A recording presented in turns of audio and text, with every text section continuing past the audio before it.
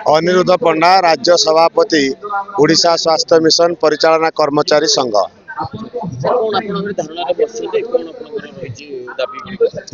दीर्घ 20 वर्ष है स्वास्थ्य विभाग अधीन जातीय स्वास्थ्य मिशन ले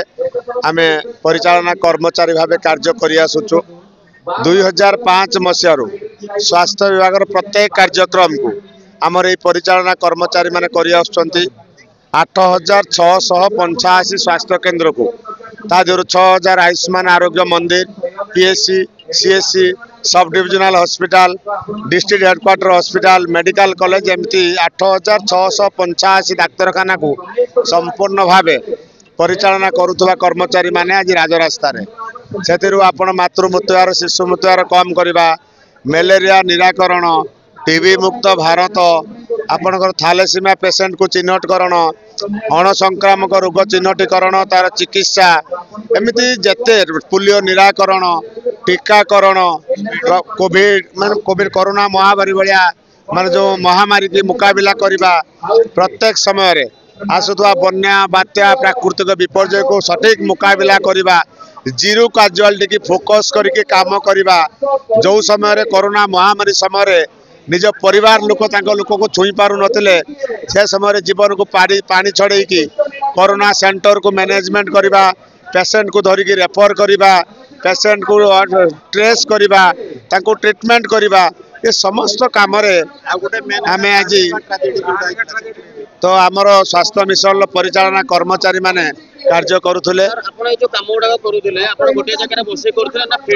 पूरा संपूर्ण भाव में समस्ते मॉनिटरिंग काम नियुक्त सहित निज ऑफिस काम करुले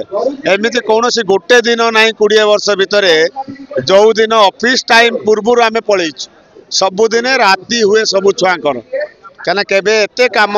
सरकार शह शह योजना जन्मरू मृत्यु पर्यंत समस्त योजना रे स्वास्थ्य विभाग नियुक्त अच्छे परिचालना कर्मचारी माने सहयोग करते कारण सरकार योजना को सफल भाव में जनसाधारण पाखे पहुँचेबा आमर दायित्व 4.5 कोटी लोकंर स्वास्थ्य सेवा बुझु बुझु आमर 4200 परिचालना कर्मचारी मानकर स्वास्थ्य खराब हो जाइए तेणु बाध्य हो आज से राजरास्ता दाबी अनेक बार बहु बार आम पूर्व सरकार करूँ अनेक थर से आमको प्रतिश्रुति दे शेष में ठकीदेले प्रतारणा कले जो कि भावुची ओडिशार जनसाधारण को प्रत्याख्यत कले एवं नूतन सरकार को आम नवेम्बर मासरू बारंबार दाबी कर आसीचु आम अत्यावश्यक दाबी सहित वर्तमान राजरास्ता गोटे दाबी आमर कैडर क्रिएट करंतु एवं आमको रेगुलर करंतु सरकार किसी पदवी सृष्टि होगा थाए आमर जो मैनेजमेंट स्टाफ मानकर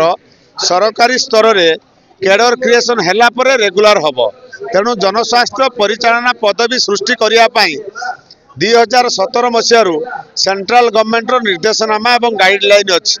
ताकू काम है सरकार पालन करेंगे स्टेट गवर्नमेंट पूरा पर्सनल एफआईआर एटा जे एचआर को मैनेज करवा स्टेट व्यापार तेणु राज्य सरकार दायित्व जे पिला मानकर कैडर क्रिएट करेंगे कौ पोस्ट रे मान को रखिए तार कैडर करेंगे करके रेगुलर करेंगे पूर्व आम दाबी करूँ बर्तमान आमर दाबी है जे आमर जनस्वास्थ्य परिचालना पदवी सृष्टि करेंगे रेगुलर करेंगे एतिकी दाबी हो गले समस्त प्रकार व्यवस्था आम छुआकर हो आज तृतीय दिन आम धारणा जारी रही ना वर्तमान सुधा आलोचना किसी है आमर विश्वास खूब शीघ्र आमे चेष्टा करूँ डाकरा आसिले आमे जीवु ना आसी ना 100% आशा अच्छी डबल इंजिन सरकार लोकंकर मुख्यमंत्री लोकप्रिय मुख्यमंत्री लोकप्रिय स्वास्थ्य मंत्री आमर विश्वास अच्छी जे आमको खूब शीघ्र डाकिबे आमर जी दाबी अच्छी ताको उचित न्याय देवे पूरण करेंगे बहु बार भेटीचु मुख्यमंत्री को भेटा चेष्टा करूँ जेहेतु आम आंदोलन को आसुचु से मुख्यमंत्री की भेटिना स्वास्थ्य मंत्री स्वास्थ्य सचिव एवं मिशन निर्देशिका को बारंबार भेटीचु मुख्यमंत्री जो एडिशनल सेक्रेटरी जे हेल्थ कथा बुझुंट भेटीचु तो भेटला आम बाध्य होकर राजरास्ता को आसचु कौन अपील करेंगे आम चैनल जरिए मुख्यमंत्री को आमर लोकप्रिय मुख्यमंत्री का आमर एति ଯେ ଆପଣ ସମସ୍ତଙ୍କ ଦୁଃଖ ଶୁଣୁଛନ୍ତି, ଆମ ଦୁଃଖ ମଧ୍ୟ ଲାଘବ କରନ୍ତୁ।